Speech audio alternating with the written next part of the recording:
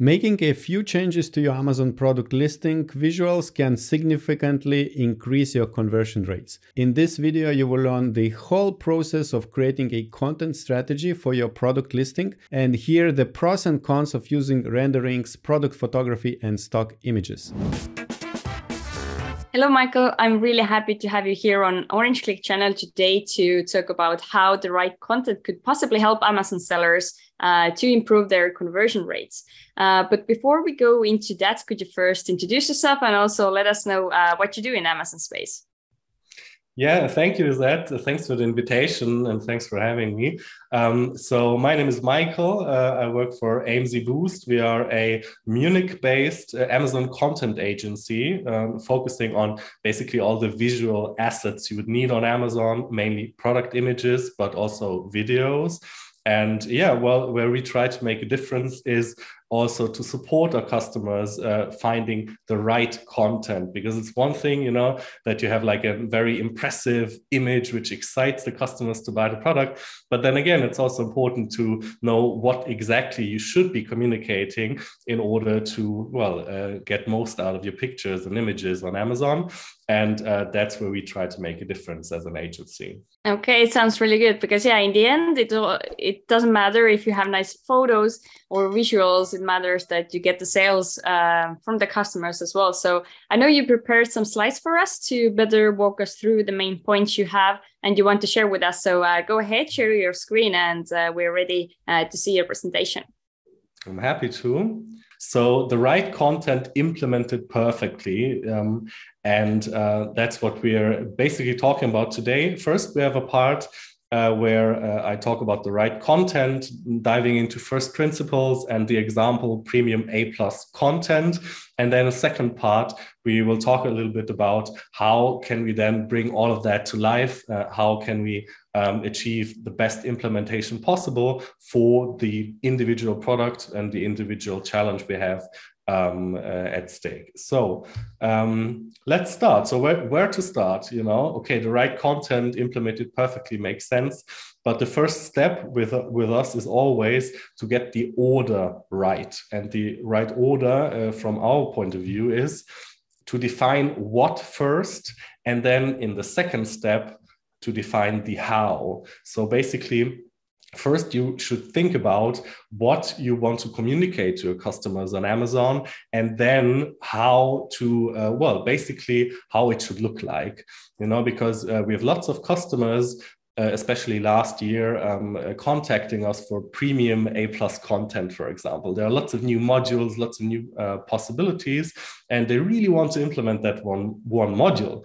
The first question is always, okay, so how do you want to integrate this new module in your current communication, and what do you hope to achieve from this? And these are points a lot of our customers, at least, don't really think about too much. And that's where we want to help them out a little bit. And we can only recommend to think about the what, and then first, and then about how to implement what you defined previously. But don't take my word for it. One of the most successful entrepreneurs of this world basically works similarly, or in a similar fashion. Elon works according to first principles, and that's what I want to show you today. Briefly, first principles is in 3 steps. You're supposed to challenge your assumptions. And that's always when you start a process, you start it at the beginning mostly with assumptions, and then the process continues from there. But if your assumption at the beginning is already, not ideal, let's say, then the process which comes out of that assumption is also suboptimal. So you should always challenge your assumptions and really ask, okay, so is that really true? Is my starting point really a good one? And going from there, basically, this is the core of this approach. You need a fundamental breakdown of your topic in order to find the fundamental truths, you know. So you try to break down a topic towards the fundamental truths in order to go from there and find innovative new solutions from scratch. So you break it down in order to innovate. And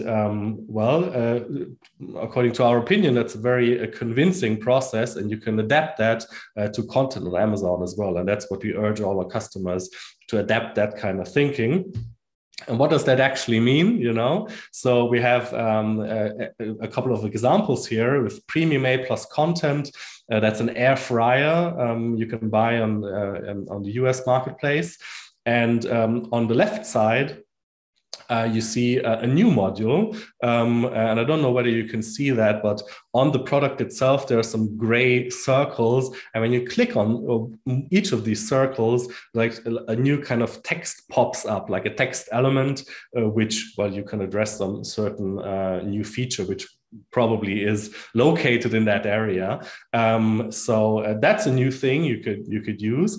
And on the other hand, on the right side, you see another new module from Premium A+, which is a slideshow. So you can basically include lots of pictures, one after the other. You can slide through the pictures and the images, and well, maybe use that in order to make a very important point, or find like a focused topic. And in this case, always warm, always ready. You know, it makes sense.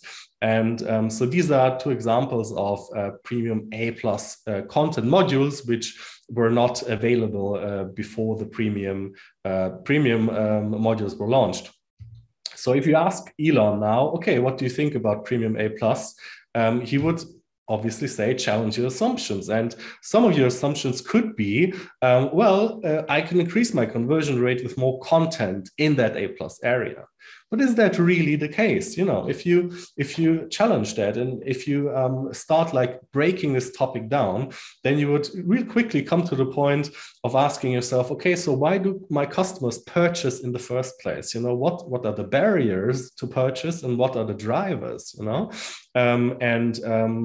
another important point is, how high is the percentage of people actually seeing my A+ content, you know, regardless whether it's the basic modules or the premium modules.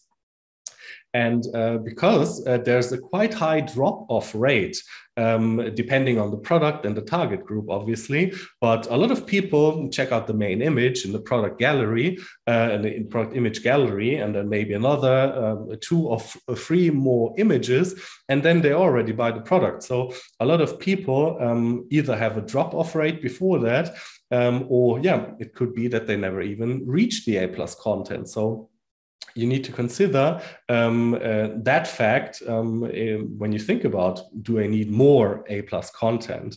And obviously, if you compare the new modules to the current modules, or the basic A+ content modules, you could also ask the question, can I even communicate my message better with these new modules? Or are maybe the basic modules even better suited for the content I want to transport? You know, so these are questions which make a difference, and which you should consider before, you know, maybe jumping on the train of a new trend, which might not even suit your goals, you know.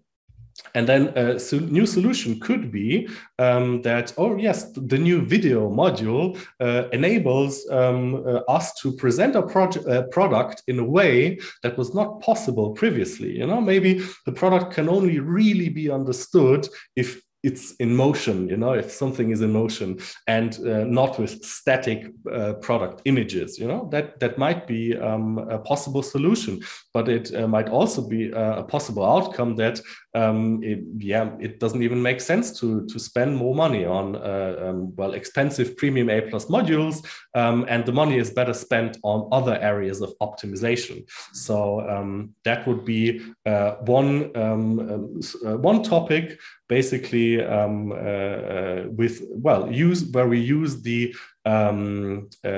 first principles approach. But if you think about the right content a little bit more in general, for example, what does that really mean, and what should we all consider when thinking about content on Amazon? For us, it's basically 2 main areas which need to be considered. And one of these areas is the customer know-how. So you need to understand your customer, you need to understand the customer's needs.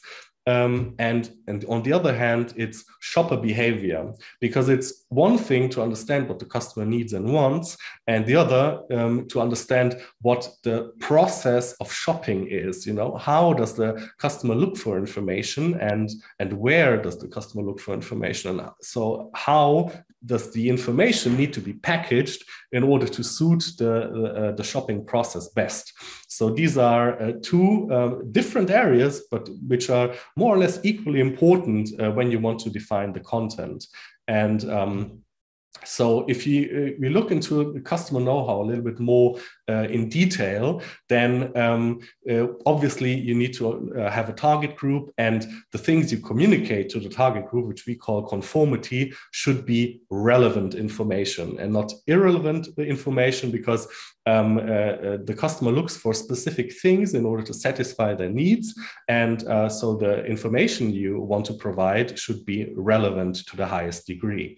Another thing to consider is obviously the positioning. You want to have a narrow positioning, maybe, I don't know, the toothbrush for people in a hurry, the electric toothbrush for people in a hurry. That's even a more narrow positioning.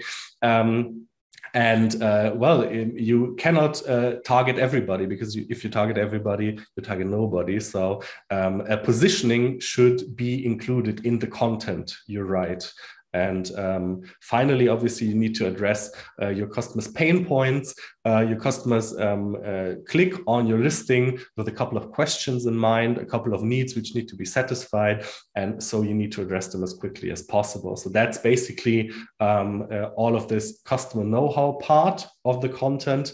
But then if you think about the process, other details are also important. For example, the topic definition. You cannot address 5 different topics in one image, because the shopper is simply not able to process that in that even shorter, like in an attention span, which gets shorter and shorter. So you need to consider your shopper's attention span, and you need to adjust basically the amount of content accordingly.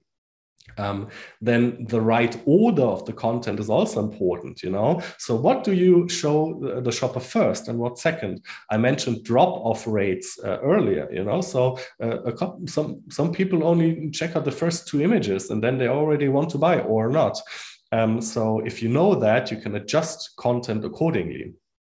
And finally, we have some kind of shopping behavior, which is called swiping and scrolling. The typical is the swiping. You click on the main image from the SERP, the search engine results page. And then you swipe through your listing, you swipe through the product images, and most of the people buy from there. But there are also people who scroll, they click on the main image and then they start scrolling down. And what happens when people scroll down? There are product targeting ads, left, right, up, down, all the competition wants to target your shopper. And so you need to consider that and provide the necessary information for people who have that kind of search pattern in the right way, which is in this case the A+ content. So A+ content does make sense, but not but always, but in certain in individual situations, it can be a very powerful tool. For example, addressing scroller behavior. And so how do we do that? So what's our process in defining this content? So what we do is, defining a marketing strategy. So our content is not just a list of features and benefits, but a marketing strategy, which includes what the customer wants, but also how the shopper searches. And then, which is very important, which all the people who just copy paste the bestsellers usually skip, it's the individualization, So you need to adjust your content to the individual product, to the individual market landscape, and also the competitive intensity. You always have to adjust all of that content to the current situation, and that might make a big difference. And then the other part is we look for a proof of concept in data. So our analysis is obviously qualitative. So we do a market, a product, and a competition analysis. But we also do quantitative analysis with tools, so to double check our assumptions, to challenge our assumptions as well, but also to make our content better, to include what people are actually looking for on Amazon, and for example, keywords where customers really buy, because there's some keywords where customers go to buy and some where customers go to just look around. So you want to include the topics where customers really buy. We are a fan of Amalyze, which is one tool where you can do that, but you can just as easily use Helium 10 as well. And honorable mention goes out to ChatGPT. In the future, it will be most probably even more important as it is today. We would recommend it for brainstorming. It's quite good, but if you go down into details of things, it's a hit and miss. So, in a couple of months or years, it will be an even more powerful tool for that. On Amalyze, we use entities and the ASIN reverse lookup to refine our content with more data in a data-based approach. And that basically is for us the right content.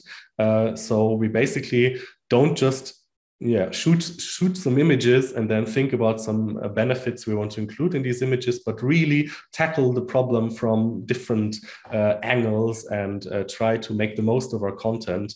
And you can see that in the conversion rates of our customers. And so after we've defined the content, like the right content that way for our customers, then the question is, okay, so how to implement this? How do we bring this to life? And there are also some important things you need to ask yourself before you decide on a certain type of implementation, because there are various types. And the first things first, obviously what needs to be communicated, but we've taken care of that, finding the right content. But then as well, some other factors are what the product is made of, because if the product is made, for example, from natural materials like wood, for example, maybe a classical photography makes more sense. But if the product is made from plastics or metals, maybe a rendering is the right choice. So that's an influence on choosing the perfect type of implementation. And then obviously what's the available budget, because that's a constraint on implementation. And if you have these factors down, you can choose the right way of implementing your content, considering the pros and cons of the different types of implementation, which we can quickly go through now. So let's start with renderings, 100% computer generated images. Renderings have a lot of advantages. For example, they're very flexible. You can change the color quite easily compared to other ways of implementation. The shapes and forms can be changed quite easily. If you want to include your logo in a certain area of the product where it normally isn't, you can just do that. It can be adjusted quite well. And if you look at the materials, especially products made from metals and plastics, are very well suited for renderings, but also products with smooth surfaces. There, the results from renderings are especially good. Other advantages of renderings are, for example, if you want to show the inside of a product, if you check out the left image, for example, you can see this transparency, you can look inside. That, of course, is not really possible in the most cases with classical photography. You would need to, saw through a product and then show the inside. I wouldn't recommend that. So with renderings, that's quite easily possible. Or if you want to show some dynamic, some dynamic perspective of a product, for example, like we did with the towel on the right side, that's also quite easily done with renderings. or like unusual perspectives, which are not possible in classical photography. And especially if the product is damaged, that's no problem, because the product is only used as a reference to get the rendering right, and not basically as a key component of the final image. So if its product is damaged even heavily, but you can still understand what it should have been looked like, that's easily can be easily fixed with renderings. With other ways of implementation, it's a little bit more difficult.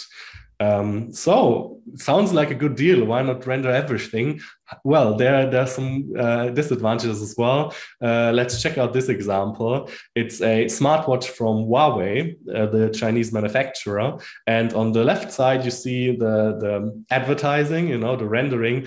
And on the right side, you see what the customers actually receive after they ordered the product. And well, it's obvious that that's a little unrealistic, And it's not even that it looks different from what the product, or can look different depending on how it's implemented, or what the product actually looks like. But it's also a problem if the shapes and forms are correct, but the product simply looks over perfect, like more than perfect. It looks twice as good as it actually looks when you receive it. And that, of course, can trigger quite a high degree of customer dissatisfaction, and which can also lead, of course, to customers sending back the product. So you should, take into account, this factor when you think about rendering. And how does the actual product look like, and how high is the deviation from the rendering? And then, of course, cost can be an issue with renderings, depending on the degree of detail which needs to be rendered. For example, with the towel, it was quite high detail. All these small facets of the towel are quite detailed to render.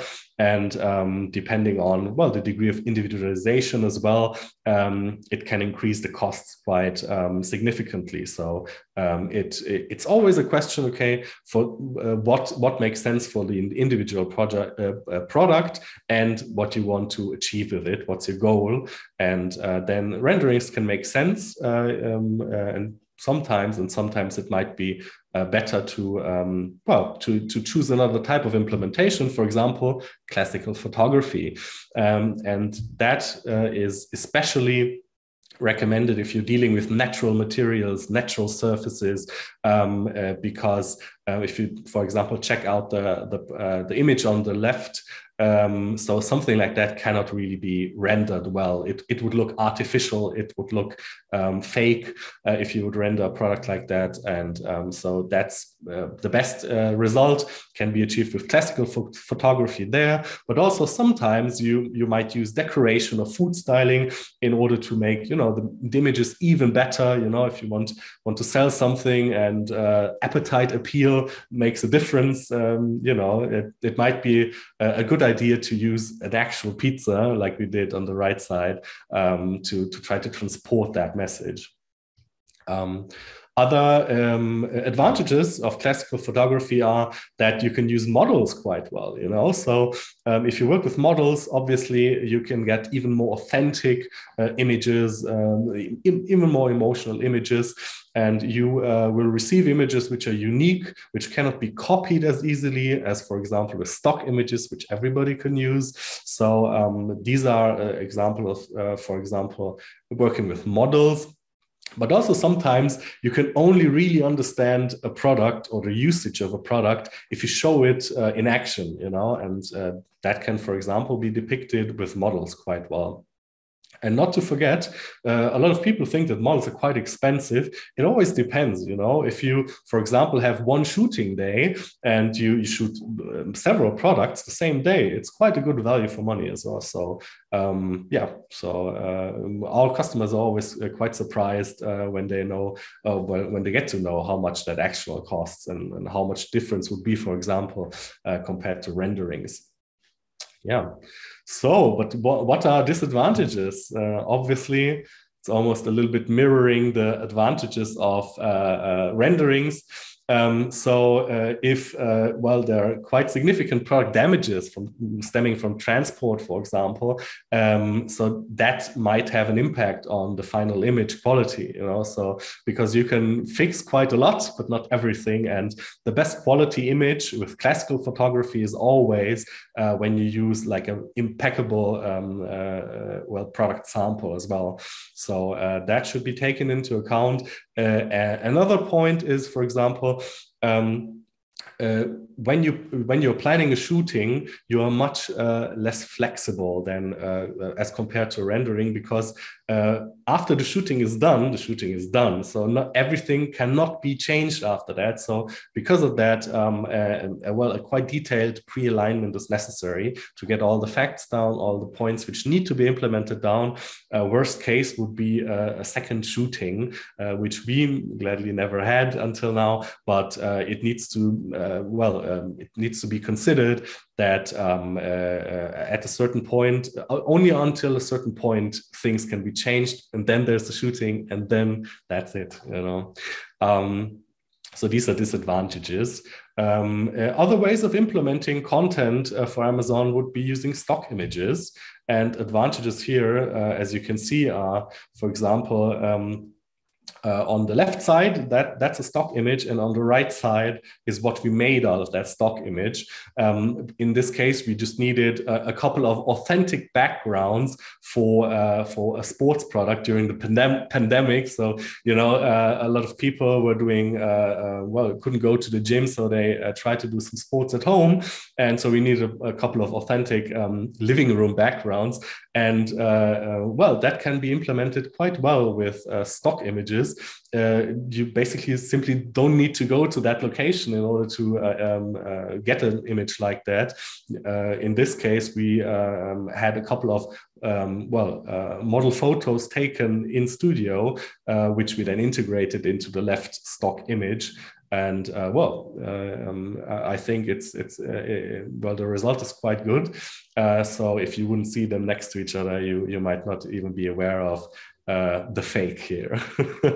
And so that's basically the main advantage of working with stock images. You know, you can choose to go to I don't know, Fontana di Trevi in Rome, you know, or the Times Square in New York, but pay only the fraction of a cost which it would take to actually go there and actually shoot there. So that's the main advantage. And it's also highly flexible, so you can also integrate several backgrounds in one listing. Obviously, there are also some disadvantages, and the disadvantages have something to do with the quality of implementation of these stock images. And so there's, well, obviously most of the people are aware on Amazon, there's lots of bad stock image work to be seen and to be found. And here are some two examples. Yeah, so I think I don't need to say a lot, but for example, if you look at the right image with the girl and the computer, well, that doesn't really look like a very, very authentic kind of hand movement there. But a lot of things are possible with stock images. In the end, it's all about the skill of the person executing, you know, the images and doing the work. Yeah. So and it can be implemented easily, but the quality of a good stock image is also more difficult than a lot of people would think. So yeah, and that's basically it. That's what yeah, well, I would like to get the word out of a little bit more. So it's all about the right content first, and then you should think about how to implement your core idea. And well, I hope these points I made today and these general ways of thinking about content on Amazon is helpful to a lot of sellers. And yeah, now if you have any questions, we can talk about some in more detail about some of these things. You feel free to reach out to me these are socials. You can find us on AMZ BOOST, AMZ Boost. You can see the website there, and feel free to reach out to me at Michael at amz-boost.de. So that's it. Very good. Thank you so much, Michael, for this. It was very interesting presentation because you explained what's the logic behind it. Because I think still a lot of sellers think that listing images or A+ content is just a bunch of random photos or random Photoshop images, but they really don't go deep into it. What's the role of each visual placement or each image? So thank you very much for that. And I think I have one question for you for sure, because I know you go through a lot of Amazon detail pages and probably shop on Amazon yourself as well. So I wanted to ask, regarding to the content, what is something you usually notice like right away when looking at the product pages, which kind of Amazon sellers don't do correctly, but is kind of like an easy fix that they could easily improve, that could actually help them to increase their conversion rates? Yeah, I'm happy to. How much time do you have? But there's really, I need to think about a prioritization, because there's so many.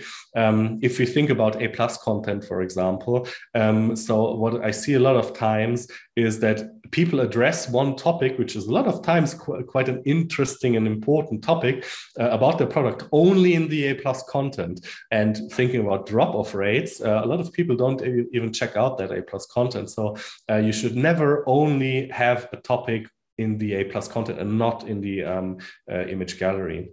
So that would be one thing. And there, on top of that, there are quite a lot of mistakes I see a lot of times, which are basically only general things which can be fixed also quite easily, independent of agencies. So they're like kind of like hygiene factors for reaching the customer to a minimum degree, you know, talking about the shorter attention spans nowadays.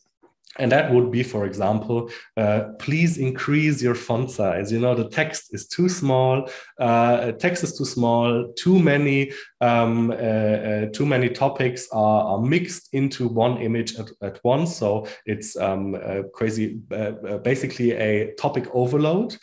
And the text is too small. So in general, the guideline can be here, just make it easy for the shopper or the customer to understand what you want them to understand, and then adapt that to your content, you know, design your content accordingly. So what I see all the time is, you know, the content is not mobile ready, meaning too small, and there's a content overload all of the times, which just makes it unnecessarily difficult for the customers to understand what you want them to understand. And usually it is a sales pitch which leads to the purchase in the end. So if they only understand half of your message, the possibility that, you know, they switch listings to somebody else, like they drop off rates, you know, is higher. So that's quite easy. And if you're already there, so you adjusted your content to be mobile ready, you reduce the amount of topics per image, then you can start thinking about, okay, so are there some topics which I want to address in my listing that go well together, you know? So for example, if I talk about the material of the product and what it's made of and what the quality is, that goes well together, you know? So it's about product quality.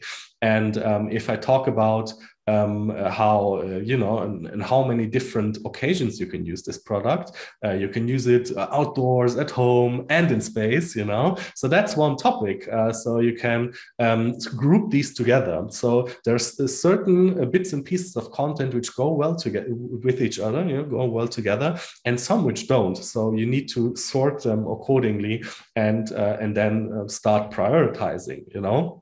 So what's priority one, and what comes afterwards? What's nice to know, and what's a must? What do they have to know in order to make the purchase? And well, finally, it's all about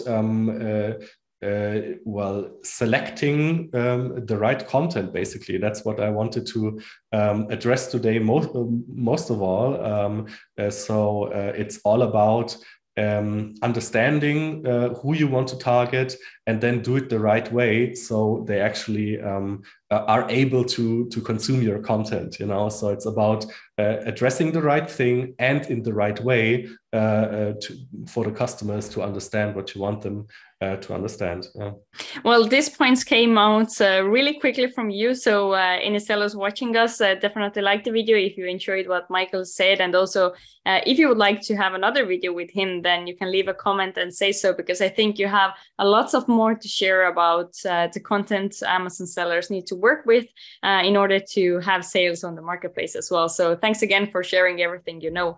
And before we go, once more, could you explain how AMZ Boost works together with Amazon sellers and with whom you usually work together? And once more, what's the website to see more? Yeah, thanks as well, Lisette. And so we are a Munich-based Amazon content agency focusing on product images and videos.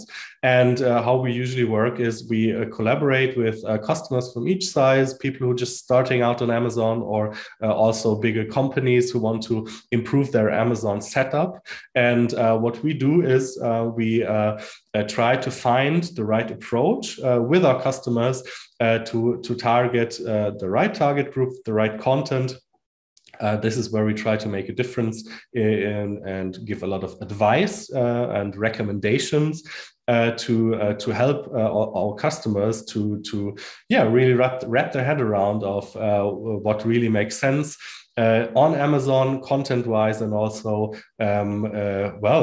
what's a good add-on for the approach they already had in mind. So with us, it's more like a collaboration and an added value to what already exists. And then we define jointly the best way to implement the product, as you heard previously. So there are pros and cons to every way of implementation. We have we are quite flexible approach, so we can do high-level renderings, but we can also do high-quality product photography. So we have no restrictions based on how we implement products. So that way we can focus on what is really the best approach for the customer in the current situation our customers are in. And that's basically what we do. Please reach out to me if you're interested, Michael at amz-boost.de. Yeah. Perfect. So thanks again. It was exciting to spend the time with you here, learning about the right use of content on Amazon, and hope to see you soon again. Thanks. Take care. I hope you enjoyed this video and it will help you to improve your Amazon FBA listings.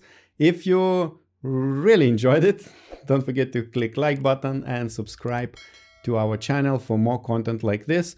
And in case you have any additional questions, don't forget to leave a comment. And now I recommend you to watch another video where we explain how to implement user-generated content to your Amazon listings to increase conversions at no cost.